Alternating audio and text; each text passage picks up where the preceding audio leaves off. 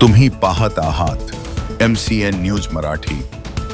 बुलढाणा जिल्ह्यातील लाखो भाविकांचे श्रद्धास्थान म्हणून प्रसिद्ध असलेल्या खामगाव शहरालगतच्या घाटपुरी जगदंबा देवी संस्थानमध्ये 24 डिसेंबर 2025च्या रात्री काही अज्ञात चोरट्यांनी मंदिराच्या खिडकीचे गज तोडून आत प्रवेश करत देवी व गणपतीच्या मूर्तीवरील सोन्या चांदीचे दागिने चोरून लंपास केले होते।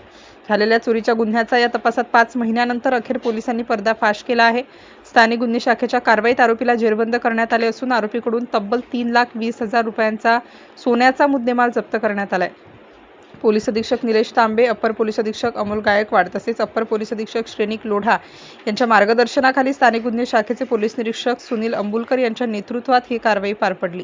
चोरीस गेलेल्या दागिन्यांची किंमत सुमारे 73,000 रुपये असल्याचे सांगण्यात आले। या प्रकरणी शिवाजीनगर पोलीस ठाण्यात गुन्हा दाखल करण्यात आला होता। तपासादरम्यान पोलिसांनी तांत्रिक विश्लेषण, गोपनीय माहिती आणि स्थानिक सूत्रांच्या मदतीने आरोपी अमोल काशीराम तेलगोटे व 39 वर्ष राहणार रिधोरा, जिल्हा अकोला याला पोलिसांनी ताब्यात घेतले असून आरोपीची वैद्यकीय तपासणी करून पुढील कारवाईसाठी त्याला शिवाजीनगर पोलिसांच्या ताब्यात देण्यात आले आहे। MCN न्यूज मराठीकरिता रवींद्र शिरस्कार, बुलढाणा।